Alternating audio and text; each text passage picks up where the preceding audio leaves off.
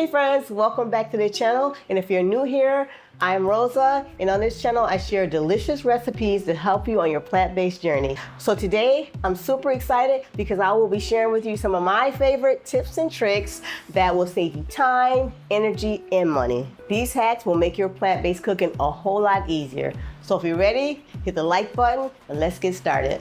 So the first thing I want to address, really super hard for some people who are transitioning into the plant-based cooking, is a meat substitute. So for me and my family, I like to use things like mushrooms. We use textured vegetable protein, that's like a dried protein that you rehydrate. I also like to use lentils and other nuts. So by combining walnuts and mushrooms, you'll get that texture like ground beef. So we use those like in our tacos or in some of our pasta dishes.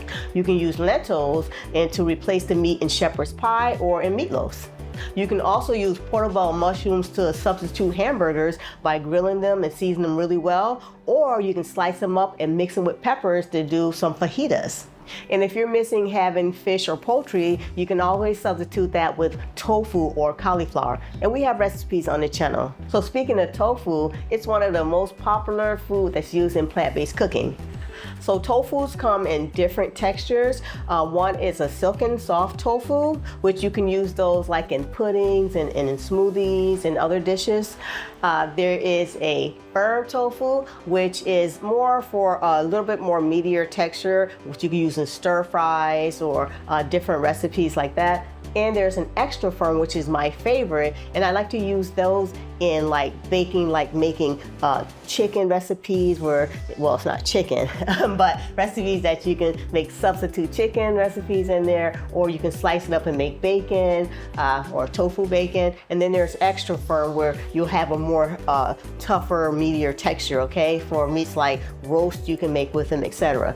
So the main tofu I generally buy is extra firm tofu, mostly because that's the one I can find easier. And when I have my tofu, I generally take it and put at least 1 or 2 packets in the freezer to have that on hand, because when you freeze tofu, it freezes and it gets like different texture inside where it's more of a meatier texture. I don't know the science behind it, but it works, okay? So the next tip I like to give is buying fruits and vegetables. So I like to buy my fruits and vegetables fresh, and especially when you have a farmer's market in your area, it's a good way to support the farmers and to get really good produce. So since I live in Mexico, I have access to a vast variety of different types of fruits and vegetables, and including my favorite, which is a mango, and they come really huge, as you can see here. But we also can like walk down the street sometime and pick some off the vine, which is amazing. So this is one that my hubby picked off the vine yesterday, and it is a star fruit.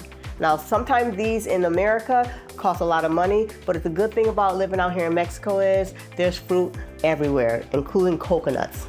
But most people buy their produce at the grocery store. So I would recommend to get things that are organic, but if you can't afford organic, that's okay. Just do the best that you can. But things that are organic that you should buy is things like spinach and strawberries and berries, because they spray a lot of pesticides on those items, okay? So here's one of the spinaches that I like to buy at Costco, which is organic, because you get a huge amount of it in this tub. Check it out.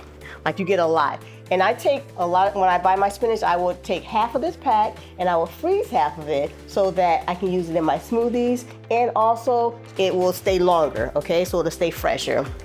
I also like to buy arugula to mix in my salads because it's a nice good green and it's full of antioxidants as well. I buy cauliflower, full of vitamin C, so get your cauliflower in, guys. And I love broccoli. That's one of my favorite things to eat, broccoli. And then we just have a lot of different vegetables like our mushrooms, portobello mushrooms. Another good thing to get at Costco, because look how big this tub is, okay? A lot for your money, okay, guys? And you can use this when you make your mushroom walnut meat.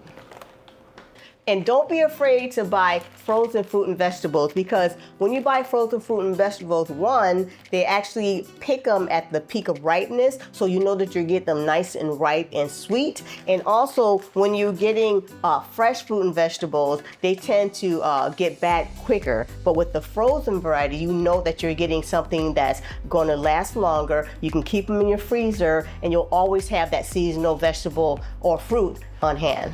So my next tip is to make frozen smoothie packages. So this is where keep having the packages of frozen fruit come in hand, because when you have the frozen fruit, all you do is get a Ziploc bag and you put the different components of a smoothie in it, like strawberries and bananas and a little bit of turmeric, whatever you want to make your smoothie at, right? And then you Ziploc that up, pop it in the freezer, and then in the morning when you want to have a smoothie, you just take that packet out, add a little bit of your juice, or you can add a little bit of your plant-based milk, and you have an instant smoothie right there. So it'll save you time and energy. So this next tip will save you lots of time and energy, and is great for people with busy lifestyles. And that tip is meal prepping. So first I like to meal prep my brown rice and quinoa. Brown rice takes a little bit long to cook, so I like to get a good batch of that ready and prepared and keep it in the fridge. Some quinoa, some farro or bulgur wheat, those things like that that take longer to cook and last longer in the fridge. I get those out the way. And I also like to prep up some veggies, like roasted vegetables as well. I'll prep things like desserts that I like to eat throughout the week, of course, like some chocolate chip cookies, some brownies. You can also do pasta dishes or casseroles, those things that you can make a bulk amount and you can cut some up and also put it in the freezer. For my breakfast meal preps, I do like to do, like I said before, my smoothie bags that I have in the freezer for morning. I'll do overnight oats, or sometime I'll make granola, so that way I can just grab and go. The next tip I would say is to roast your vegetables. So for me, I like to get a big sheet pan, line it with parchment paper, and just cut up vegetables like sweet potatoes and season them with paprika, salt and pepper. I'll do roasted broccoli and cauliflower, red and bell peppers. I'll roast bell peppers, just to have all those vegetables nice and seasoned and roast, and put them in a container. So this way you can add them to like your Buddha bowls, you can add them to your breakfast bowls or to your tofu scrambles. I mean, any dish that you want to add flavorful vegetables to, have those roasted vegetables on hand. So another thing that I do to make my life easier with plant-based lifestyle is make sauces. A lot of times people tend to give up on eating the plant-based lifestyle because things are so bland. Like they say, okay, I can get a salad here, but I need something to make it more flavorful. Or anything that you're making, using the sauce will bump up that flavor. So anytime that you're making a sauce, the easy way for you to make sure that your sauce tastes flavorful is use the FAST method, which is fats, acids, salts, and sweets. So you can combine those together and make adjustments, and you'll get the perfect type of sauce. So for an example, the fat would be olive oil or grapeseed oil, and the acids you can add in as like apple cider vinegar or any type of balsamic vinegar. You can use for your seasoning, salt, pepper, garlic powder, onion powder, any type of seasoning that you like. And for the sweet, I like to use maple syrup or agave nectar. So one of my favorite things I like to keep on hand is nutritional yeast. So with the nutritional yeast, I use this to flavor up my dishes. I make sauces out of it. I make a really good Parmesan cheese recipe out of it. Also cheeses that you can spread, like cream cheese or sour creams, you can add that in. What else? Oh, sliced cheese that I make with it. It's just a lot that you can use with the nutritional yeast. Plus it's full of vitamin B, so that's one thing that's definitely needed in this plant-based lifestyle. So another thing I like to keep on hand is nori sheets or some dulls, and it gives any dish that you use a fish type flavor, like my vegan fish tacos that I have on the channel. I like to keep grains on hand, of course, like brown rice and quinoa. I like to keep almond flour on hand and cassava flour, just in case I want to make some bread, especially my gluten-free tortillas that you guys can find on my channel right here. Oh, and I also like to keep nuts on hand. So I use these for like my mushroom walnut meat, like I mentioned earlier, and especially keep some cashews on hand, because with the cashews you can make the cheeses, you can make different desserts with it, like my mousse with it. You can also make sauces with the cashews. I mean, the sky's the limit with the cashews, okay guys? And also when you're just doing a stir fry, you can throw a few cashews in at the end to give it that more meatier flavor without having to use a meat substitute. One of my secret ingredients that I love to use in my dressings is tahini. It's delicious, and it's just ground up sesame seeds, but it tastes so good, guys. And this is the other ingredient they use in hummus. So just in case you wonder, what's that flavor that's in it? It's tahini, okay? So definitely pick you up some tahini, keep it inside your fridge once you open it. I definitely recommend to have various amounts of spices on hand, guys, like curry spices, salt and pepper, of course, turmeric and paprika, garlic and onion powder, all the different spices, because when you're living this lifestyle, or any lifestyle, first of all, you want to always amplify your flavors up with your seasonings, okay? Because no one wants to eat bland food, okay? So definitely keep lots of different spices in your cabinet, and kind of like experiment with different spices like garam masala, you know, different types of spices like that, or blends, because you never know, one spice that you might find in the grocery store, it might become one of your favorite spices. So just definitely experiment. So another tip I like to give is using soy sauce or coconut aminos or tamari to use as marinades to amplify the flavor of like your tofus, or even doing stir fries. I keep these on hand, but if you are soy free, definitely get you some coconut aminos. They're a little bit sweeter than a tamari, so if you want it to be less sweet, use a tamari. Speaking of liquids, substitutes, I like to use liquid smoke, and I'll sometimes use it like in my meat substitutes like the walnut and mushroom meat. You can put a little bit on your tofu or tempeh, anything that you want to give a little bit more of a umami or meat smokiness to it. And you can also mix together some paprika and some soy sauce to get that same type of smokiness. So our next pantry staple is canned beans. So canned beans are easy, they're delicious, and you can use them for so many different recipes. And my favorite is chickpeas, and I also like to use black beans because you can use them in tacos or just all kinds of dishes, guys, to get some protein in. However, when I don't use the can, I generally buy and always have on hand some dry beans. So these are lentils, and I have garbanzo beans, and when you have the dry beans, it's so affordable and you get way more for your buck. So definitely keep these on hand. And they're so easy to prepare. All you have to do is soak them overnight and just cook them the next day. So you also want to have nuts and seeds on hand. Like I have my sunflower seeds, some flax seeds, and you want to grind these to get the most out of them, nutrition-wise. And I have some pumpkin seeds. And I just like to have nuts and seeds because I'll put them in my oatmeal, pop them in my smoothies. I actually make my granola with my nuts and seeds as well. So they're very versatile and very healthy for you. And then you can just eat them as a snack just in case you get hungry. A good snack option that I like and I always keep in my pantry are nut butters and dates. So what I do is I cut a date open, take the seed out of course, and then just spread a little bit of nut butter in there and eat it. It's so delicious, guys. It tastes like a candy bar, literally. So definitely try that one. So when you purchase your nut butter, you know how it always has that oil on the top? So the trick I have for you is take it and turn it upside down and let it sit for like a couple days and give it a good shake once it's sat, and it'll all be blended. When you're purchasing plant-based cheeses, buy them in the block form because one, you'll get more for your buck, and also when you buy the shredded ones, they generally tend to put a caking agent in it so that the shreds can stay apart. So if you want a healthier and more affordable one, buy the block.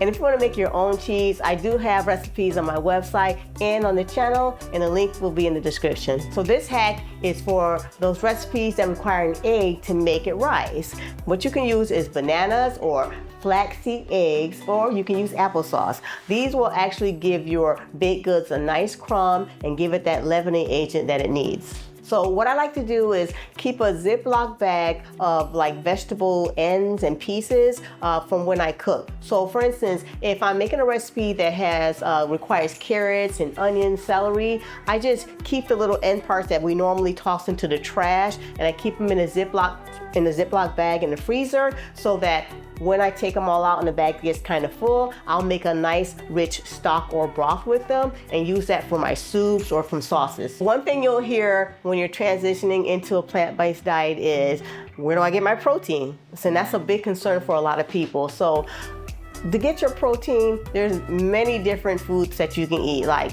tofu has a lot of protein. You can eat tempeh. You can have farro. There's different grains that have protein. Even some vegetables like spinach and green leafy veggies, they have a little bit of protein in them, okay? So if you get a nice healthy balance into your diet each day, that works. However, what I like to eat as well and incorporate into my lifestyle is some protein powder.